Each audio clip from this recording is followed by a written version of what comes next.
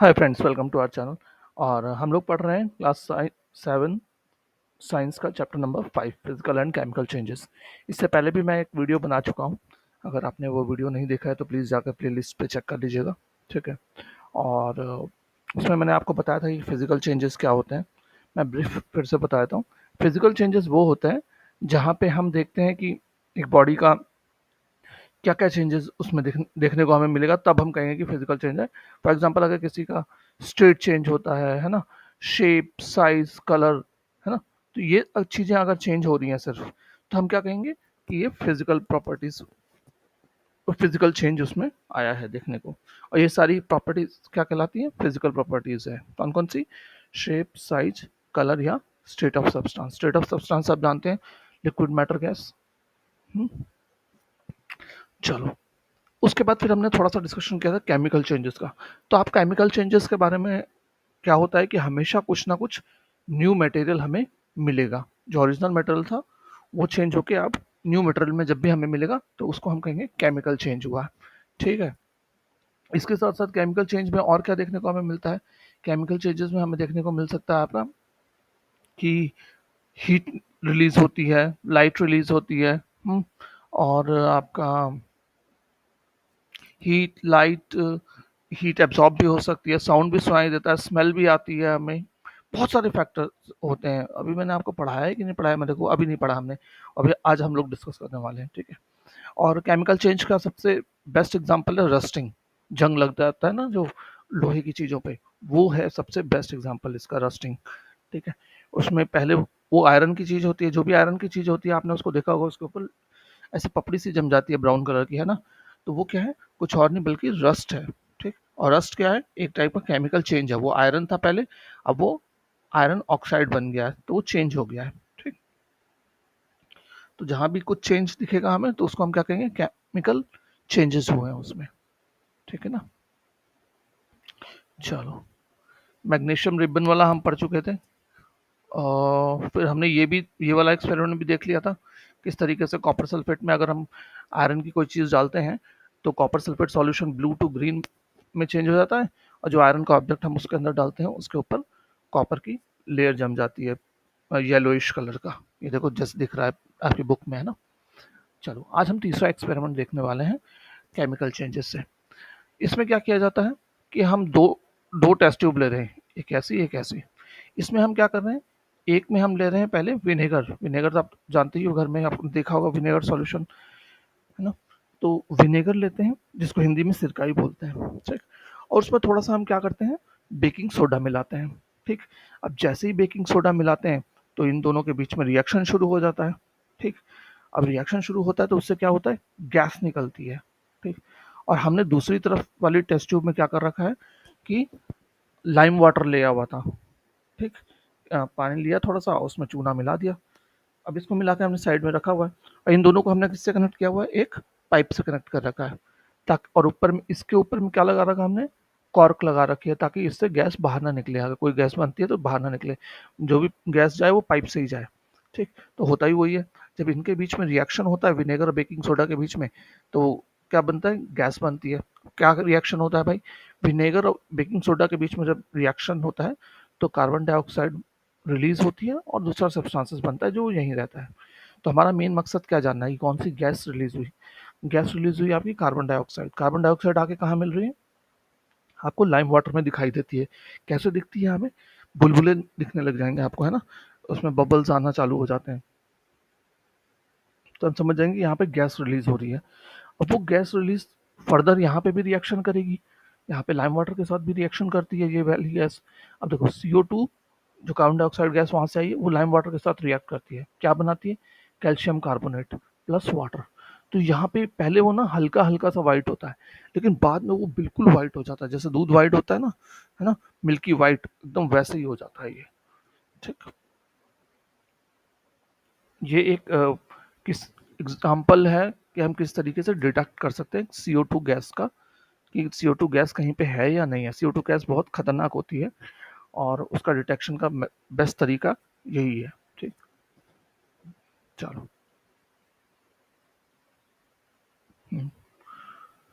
ये सारी चीज़ें हमने देख ली। तो केमिकल चेंज क्या होता है? A change in which one or more new substance are form is called chemical change. A chemical change is also called chemical reaction. ठीक, केमिकल चेंज को ही हम केमिकल रिएक्शन भी कहते हैं। कोई भी ऐसी दो दो सब्सटेंस को मिलाने पे अगर कुछ तीसरा सब्सटेंस बन रहा है, या एक बनता है तीसरा सब्सटेंस, या एक से ज़्यादा बनता है, तो उस रिएक्शन को हम क्या कहेंगे कि भाई वो केमिकल चेंज हो गया उसमें, या केमिकल रिएक्शन बोलेंगे उसको। ठीक है, चलो। अब ये जो केमिकल रिएक्शंस होती हैं कहाँ यूज़ होती हैं? हर जगह यूज़ होता है केमिकल रिएक्शन। आप चारों तरफ केमिकल रिएक्शन से घिरे हुए। आप जो खाना खा रहे हो वो आपके बॉडी में जाके क्या कर रहा है? डाइजेस्ट हो रहा है। आपने पढ़ा था ना चैप्टर नंबर 2 में, किस तरीके से डिफरेंट डिफरेंट केमिकल्स हेल्प करते हैं हमारी बॉडी में डाइजेशन में। हुँ? फिर जो फ्रूट्स हम खाते हैं, आपने सुना होगा ये पकाया हुआ है ना? आपकी मदर कभी बोलते होंगे ये पका रखा है हमने बाहर से, पेड़ से नहीं पका हुआ है। तो वो कैसे पकाते हैं, पेड़ को राइपन कैसे करते हैं? आप उसको किसी केमिकल्स के थ्रू करते हैं। ठीक है, ठीक है। ऐसे ही आप देखो, जो शराब बनती है, वो कैसे बनती है? Fermentation of grapes. ग्रेप्स को मतलब बहुत ज़्यादा सड़ा दिया जाता है, बहुत ज़्यादा। या आपने डोसा खाया ना, डोसा का बैटर बनता है ना आपके घर में, तो वो कैसे बनता है? वैसे ही बनता है। चावल का दान पीस देते हैं, उसको रात भर के लिए छोड़ दिया जाता है ना, छोड़ देते हैं, उसमें क्या होता है? फर्मेंटेशन होता है। फर्मेंटेशन क्या? बैक्टीरिया को ग्रो होने देते हैं। ठीक है, तो केमिकल चेंज हो जाता है उसमें। ठीक, तो ये सारे एग्जाम्पल क्या है? केमिकल चेंजेस के हैं। ठीक, अब जो आप मेडिसिन खाते हो, वो मेडिसिन तो फाइनल प्रोडक्ट होता है, वो बहुत सारे केमिकल्स को मिला करके उनके बीच में रिएक्शन होने के बाद जा करके फाइनल आपके पास एक मेडिसिन बनती है। ठीक है, ऐसे ही और भी बहुत सारे एग्जांपल हैं। जैसे आपके जो प्लास्टिक की चीज़ें आप यूज़ करते हो, वो भी बहुत सारी केमिकल रिएक्शंस के बाद बनता है। ठीक, जो आप साबुन यूज़ करते हो, वो भी केमिकल रिएक्शंस के बाद बना है। ठीक है, तो केमिकल रिएक्शन से तो हम लोग चारों तरफ से घिरे हुए हैं, हर जगह केमिकल रिएक्शन है। जब हमारे अंदर ही केमिकल रिएक्शन चलता रहता है 24 घंटे, तो बाहर तो फिर चल ही रहा है ना? ठीक, तो केमिकल रिएक्शंस को हम कैसे कैसे पहचानेंगे? केमिकल रिएक्शन में हीट इवॉल्व होती है या लाइट इवॉल्व होती है।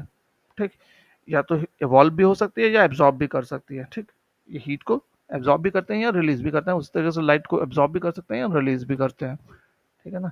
की आवाज़, साउंड हो सकता है प्रोड्यूस, हमें आवाज़ सुनाई देने को मिल सकती है केमिकल रिएक्शन में। स्मेल आ सकती है। ठीक है, स्मेल अच्छी भी हो सकती है, बुरी भी हो सकती है। कलर में चेंज देखने को मिल सकता है। कलर चेंज का तो हमने अभी एग्जांपल पढ़ा था, ये वाला देख लो, है ना? ये देखो, कॉपर सल्फेट पहले ब्लू कलर का था, फिर चेंज होकर ग्रीन कलर का हो गया। तो ये तो सबसे बेस्ट एग्जांपल, ये आपको याद भी रहेगा, आपकी बुक का ही है। और क्या है? गैस में भी फॉर्म भी हमने देख लिया कि विनेगर सोडा को हमने मिलाया तो इसमें गैस बनी CO2, जो कि आपके लाइम वाटर को जाकर के मिल्की वाइट में कन्वर्ट कर रही है। तो ये कुछ एक कैरेक्टरिस्टिक्स हैं, या आप कह सकते हो फीचर्स हैं, जिससे कि हम पता लगा सकते हैं कि हाँ, ये केमिकल रिएक्शन है या नहीं है। अब देखो, फिजिकल में ये इनमें से कुछ भी नहीं होता है। फिजिकल में क्या होगा? सिर्फ शेप में चेंज आएगा, साइज में चेंज आएगा, या फिर आपका स्टेट ऑफ मैटर में चेंज आएगा। जैसे हमने एग्जाम्पल में पढ़ा था कि पानी जो है भाप बन जाता है, फिर भाप को ठंडा कर तो फिर से वो पानी बन जाता है। या बर्फ लो, बर्फ को आप क्या कर रहे हो? बर्फ को आप धूप में रख दो, पानी बन जाएगा, फिर उस पानी को फिर से रख दो फ्रिज के अंदर, तो फिर से वो बर्फ बन जाती है। तो ये क्या हो रहा है? सिर्फ फिजिकल चेंज हो रहा है ना? कोई केमिकल चेंज नहीं हो रहा। एक कोई नया सब्सटेंस थोड़ी ना बन जा रहा है, सेम ही सब्सटेंस है, वाटर ही अलग अलग स्टेट बदल रहा है खाली। ठीक है, चलो आगे क्या है? कई चीज़ें मैं छोड़ भी रहा हूँ और तुमको बुक से पढ़ना भी है। अब देखो, तुम लोगों को हमेशा बोला जाता है दिवाली के आसपास में कि भाई ज़्यादा पटाखे मत फोड़ो, फायर का ज़्यादा यूज़ नहीं करो। क्यों? क्योंकि जब आप उसको, उसमें आप देखो, सबसे पहले क्या करते हो? उसमें आग लगाते हो। हाँ, आग लगाने के बाद क्या होता है? फिर मान लो अनार का ही दाना है, तो वो क्या होता है? अनार, वो फिर लाइट करता है बहुत ज़्यादा, साथ में साउंड भी आती है उससे, और गैसेस भी निकलती है, आपने देखा होगा धुआं धुआं निकल रहा है। तो ये सब क्या है? एटमॉस्फेयर को बहुत ज़्यादा पोल्यूशन करता है। अब आप सोचोगे मैं तो एक ही जलाता हूँ। अब आप जैसे, आपके क्लास में 60 बच्चे, आपके स्कूल में कितने बच्चे हैं? 1000 बच्चे हैं। हाँ, सब सब जला रहे हैं, दो दो भी जलाए, तीन तीन भी जलाए सबने, तो कितने हो गए? 3000 फायरवर्क्स हो गए, है ना? और वो 3000 फायरवर्क्स से कितना ज़्यादा पॉल्यूशन हुआ। अब पॉल्यूशन कहाँ जा रहा है? आपने ही तो उसको लेना है। आप सांस, आज सांस तो आप ही ले रहे हो, तो वो आपके ही अंदर जाएगा, है ना? इससे बहुत ज़्यादा आपको फ्यूचर में जा करके बीमारियां हो सकती हैं। ठीक, तो फायरवर्क्स का कम से कम यूज़ किया करो। ठीक, आप देखो, आपने देखा होगा कई बार जो हमारा फूड है वो खराब हो जाता है तो कैसे बदबू मारने लग जाता है ना। अगर मान लो गर्मियों वर्मियों में आपने देखा होगा फूड जल्दी खराब हो जाते हैं, तो उस समय कितनी ज़्यादा बदबू मारने लग जाता है। तो ये सब क्या है, केमिकल चेंज है। या फिर आप देखो, एप्पल काट के रख दो थोड़ा सा, मान लो आपकी मम्मी ने एक एप्पल काट के दिया, आपने नहीं खाया, थोड़ी देर बाद आप देखोगे वो क्या हो जाता है, ब्राउन कलर का हो जाता है। उस पर ब्राउन ब्राउन सा हो जाता है, जो एप्पल का अंदर का व्हाइट पोर्शन होता है ना, वो ब्राउन ब्राउन कलर का हो जाएगा। क्यों होता है? क्योंकि उसमें केमिकल चेंज हो गए। एप्पल में आप जानते हो आयरन होता है, और आयरन ऑक्सीजन के साथ मिलकर के फट से थोड़ा थोड़ा रस्ट बना लेता है। इसलिए एप्पल फटाफट खा लिया करो, एप्पल छोड़ा मत करो। ठीक, इसी तरीके से पोटैटो भी अगर आप काट के छोड़ दोगे तो उस पर भी आपको दिखेगा ऐसा लेयर। ठीक, ब्रिंजल, बैंगन में भी आपको ये चीज़ देखने को मिलती है। तो ये सब क्या है, केमिकल चेंजेस हैं सारे के सारे। ठीक, अब देखो, आपने सुना होगा कि ओजोन लेयर के बारे में आप सुनते आ रहे हो काफ़ी टाइम से है। हमारे एटमॉस्फेयर में बहुत ऊपर जा करके क्या है, एक लेयर टाइप में है। अब देखो, सन से ना बहुत सारी हार्मफुल रेडिएशन आती है। रेडिएशन मतलब रेज आ रही हैं बहुत सारी, बहुत डिफरेंट डिफरेंट टाइप की। कुछ उनमें से बहुत ज़्यादा हार्मफुल होती है हमारे लिए। उस हार्मफुल रेज में से एक का नाम है अल्ट्रा वायलेट रेडिएशन। ठीक, अगर ये हमें आके, हम अगर अल्ट्रा वायलेट रेडिएशन के सामने डायरेक्ट रहेंगे तो हमें क्या हो जाएगा, कैंसर हो जाता है। ठीक, तो ओजोन है जो है ऊपर में हमें बचाता है। ठीक है, वो उसको एब्जॉर्ब कर लेता है अल्ट्रा वायलेट रेडिएशन को। कैसे एब्जॉर्ब करता है? अब देखो, ओजोन क्या है, ऑक्सीजन हम कैसे लिखते हैं, O2 लिखते हैं ना। कहीं पे है एग्जांपल आपका? ये देखो, ऑक्सीजन को हम कैसे डिनोट करते हैं, O2 से। लेकिन जो ओजोन होता है उसका फॉर्मूला क्या होता है, O3 होता है। ठीक, तो जब अल्ट्रावायलेट रेडिएशन ओजोन पे गिरती है, O3 पे गिरती है, तो वो क्या कन्वर्ट हो जाता है, ऑक्सीजन में कन्वर्ट हो जाता है, O2 में कन्वर्ट हो जाता है। ठीक, तो इस तरीके से एनर्जी एब्जॉर्ब हो जाती है उसकी।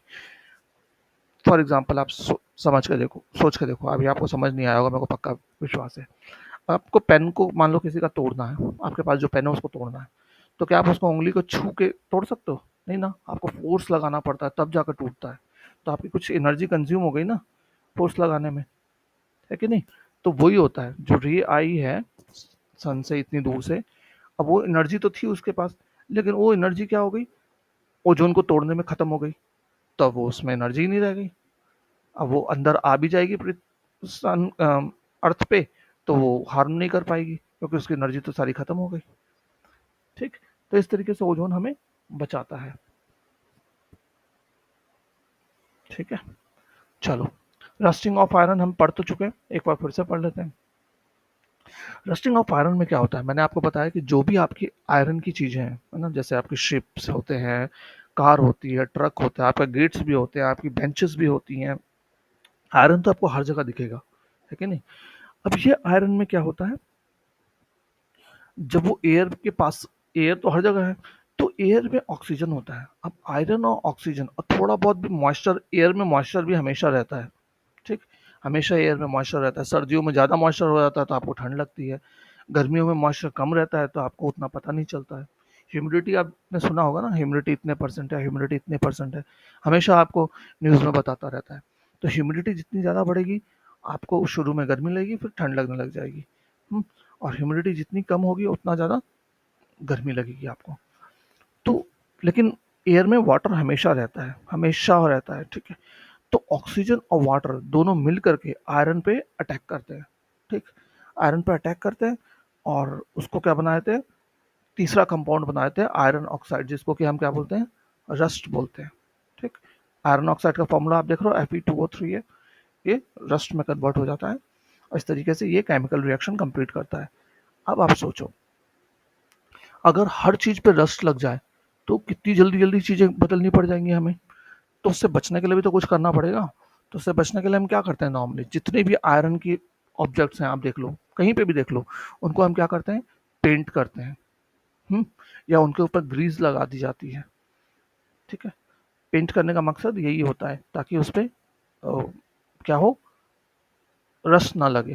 ठीक, और क्या दूसरा तरीका है, एक और तरीका है भाई, एक और तरीका क्या है कि दूसरे मेटल की एक लेयर लगा दी जाए उसके ऊपर, ताकि वो जल्दी रस्ट ना हो। ऐसे मेटल की लेयर हम उसके ऊपर चढ़ा दें, जैसे आप अपनी बुक को कवर करने के कवर चढ़ाते हो ना, ताकि वो खराब ना हो जाए, लॉन्ग टर्म लॉन्ग टर्म तक चल सके, है ना। उसी तरीके से हम आयरन के ऊपर क्या करते हैं, एक दूसरे मेटल की लेयर लगा देते हैं। कौन से मेटल की लेयर लगाते हैं? दो मेटल हैं, उनमें से किसी एक की लगाते हैं, या तो क्रोमियम की या जिंक की।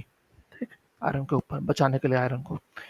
अब अगर अगर हमने जिंक की लेयर डिपॉजिट की है आयरन के ऊपर, तो उस प्रोसेस को हम क्या कहते हैं? गैल्वेनाइजेशन कहते हैं। ये आप याद रखो, ठीक है। जितने भी आयरन के ऑब्जेक्ट आप देखते हो, है ना, 90% ऑफ द आयरन ऑब्जेक्ट्स के ऊपर गैल्वेनाइजेशन के थ्रू हम जिंक लगा देते हैं।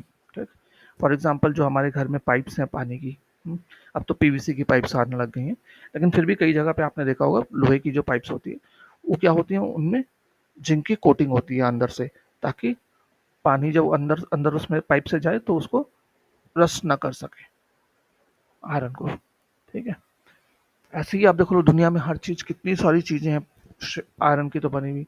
फॉर एग्जांपल आप देखो पानी में जो चलने वाले शिप्स हैं बड़े बड़े, अब वो तो डूबे ही रहते हैं पानी के अंदर ही बिल्कुल, तो वो तो बहुत जल्दी जल्दी खराब होंगे, क्योंकि देखो समुद्र, जो ओशन का वाटर होता है उसमें तो सॉल्ट भी होता है, तो सॉल्ट भी बहुत जल्दी से रस्ट को फॉर्म करने में हेल्प करता है। ठीक, तो उसलिए वहाँ पे कोटिंग तो करते ही करते हैं हम क्रोमियम या जिंक की, साथ में पेंट भी किया जाता है ना। लेकिन इसके बावजूद भी क्या होता है भाई, बहुत जल्दी जल्दी शिप्स में प्रॉब्लम आती है, और हर बार जो एरिया रस्ट हो जाता है उसको काट करके हटाना पड़ता है और उसकी जगह पे नया लगाना पड़ता है। ठीक, तो इस तरीके से आप देखो ये जो आपका है रस्ट, इसके वजह से दुनिया में कितना ज़्यादा नुकसान हो रहा है कि नहीं, हर साल बहुत ज़्यादा नुकसान होता है। फिर एक और नया टाइप का कार्बन आयरन आता है, इसको हम बोलते हैं स्टेनलेस स्टील। इसमें हम क्या करते हैं, आयरन के साथ मिक्स कर देते हैं कार्बन और दूसरे मेटल, जैसे कि क्रोमियम, निकल या मैग्नीज, और ये तीनों मिल करके एक नया चीज बनाते हैं। तीनों चारों चीजें मिल करके, आयरन हुआ, कार्बन हुआ, दूसरे मेटल्स हुए, ये सब मिल करके एक नया चीज बनाते हैं जिसको हम कहते हैं स्टेनलेस स्टील। ठीक, और स्टेनलेस स्टील क्या करता है, वो रस्ट नहीं होता। अब कौन सी चीज है एग्जाम्पल स्टेनलेस स्टील की? आपने देखा होगा ब्लेड, अपने फादर का ब्लेड देखा होगा ना, वो स्टेनलेस स्टील का बना होता है, उस पर लिखा भी होता है। तो आप बोलोगे सर सारी चीज़ें स्टेनलेस स्टील की क्यों नहीं बनाते?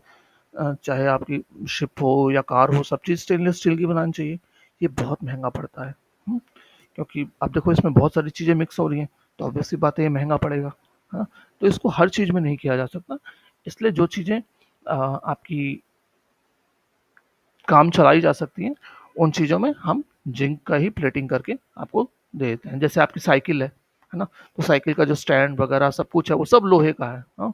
पूरी बॉडी उसकी लोहे की, लेकिन उसके ऊपर क्या कर रखा है, जिंक का कोटिंग रहती है, जिसको गैल्वेनाइजेशन के मेथड से हम करते हैं, जिंक की कोटिंग चढ़ाते हैं, और वो इस तरीके से बचा रहता है। ठीक है, अब लास्ट टॉपिक हम पढ़ने वाले हैं क्रिस्टलाइजेशन। ये कुछ भी नहीं है, छोटा सा है। देखो आप जानते हो कि जो आप साल्ट खाते हो वो कहाँ से मिलता है? जो सी का वाटर होता है उसको एवापोरेट किया जाता है ना।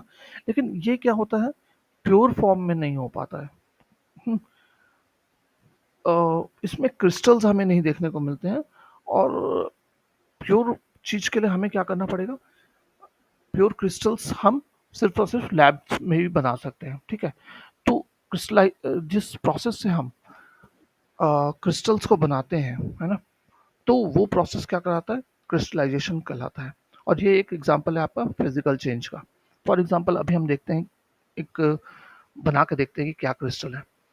हम क्या करेंगे, सबसे पहले एक बीकर लेंगे, उसमें कुछ sulphuric acid, dilute sulphuric acid डालते हैं। देखो ये सब चीज़ें आपको घर में नहीं मिलेगी, आप सिर्फ पढ़ लो। ठीक है, ये लैब में होती हैं, आप अभी बहुत छोटे हो, आपको शायद लैब में भी नहीं ले जाया जा सकता, आप बड़े हो गए तो करना, सिर्फ अभी पढ़ लो। ठीक, हमने ऐसा एक बीकर लिया, उसमें थोड़ा सा डाइल्यूट सल्फ्यूरिक एसिड लिया।